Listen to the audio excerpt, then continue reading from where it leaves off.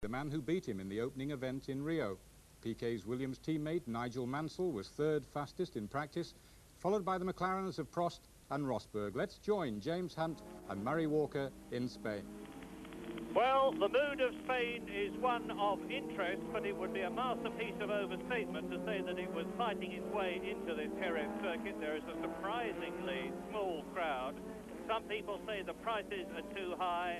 Others say that the circuit is in an inconvenient place. Others say that there hasn't been enough publicity.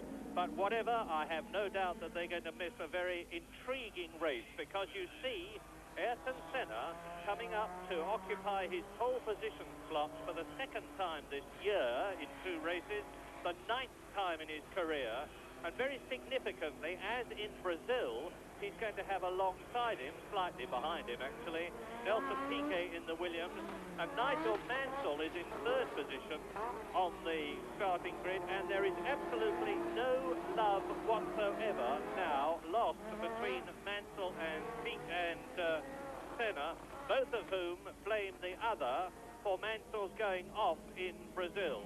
Well, who was responsible is anybody's guess. But it's going to be a very fraught start to the Spanish Grand Prix.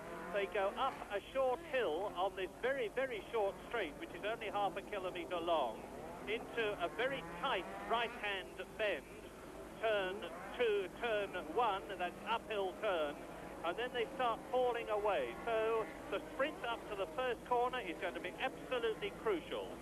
In the front, in the yellow helmet, in the black and gold car, Ayrton Senna. To the right of your picture, next to him, Nelson Piquet, then Mansell, Prost, Rosberg, and Arnoux in 6th position on the grid.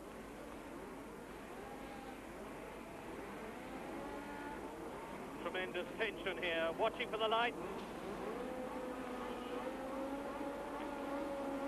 Senna creeping a little, but he's got away well. Senna leads. Piquet 2nd, Mansell in 3rd position, then the 2 McLarens behind. Senna is leading into turn 1, away to turn 2, and there's a bit of car flying away. Looks like one of the Benettons has lost part of the car already. Now they're coming down towards turn 3 and into our sight, tremendously fast, and it's Senna, then it's Piquet 2nd, Mansell 3rd, Prost and Rosberg, then the 2 Ligiers of Arnoux and Jacques Lafitte. And so, a very good start for Senna.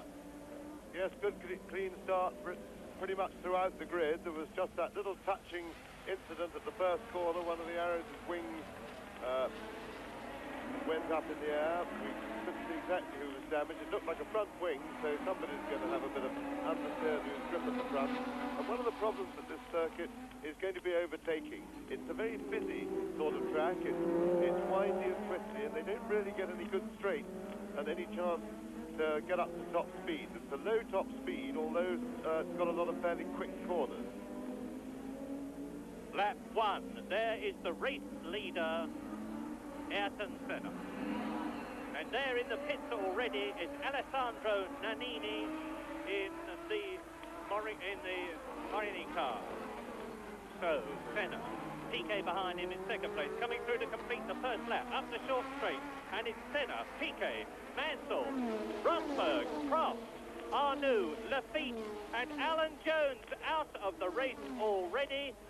Before the first lap has even finished, Alan Jones in the half Lola is out, and it looked to me as though Keke Rosberg is challenging Nigel Mansell, and he has. Mansell is up into 3rd position. Yes, Rosberg is charging, as he always does, and we saw as they came past the pit, Mansell was moved over to the right of the circuit to block Rosberg for attacking him down the inside, but Rosberg got it together and took him out of turn 1 and into turn 2.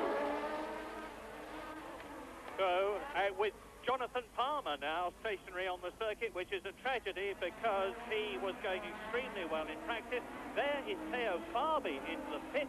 My goodness, this is tremendously interesting because already 3 cars are in trouble, and at the end of the first lap, it's Ayrton Senna in the lead. Piquet 2nd, Mansell 3rd, Rosberg 4th, Prost 5th, and Arnoux 6th.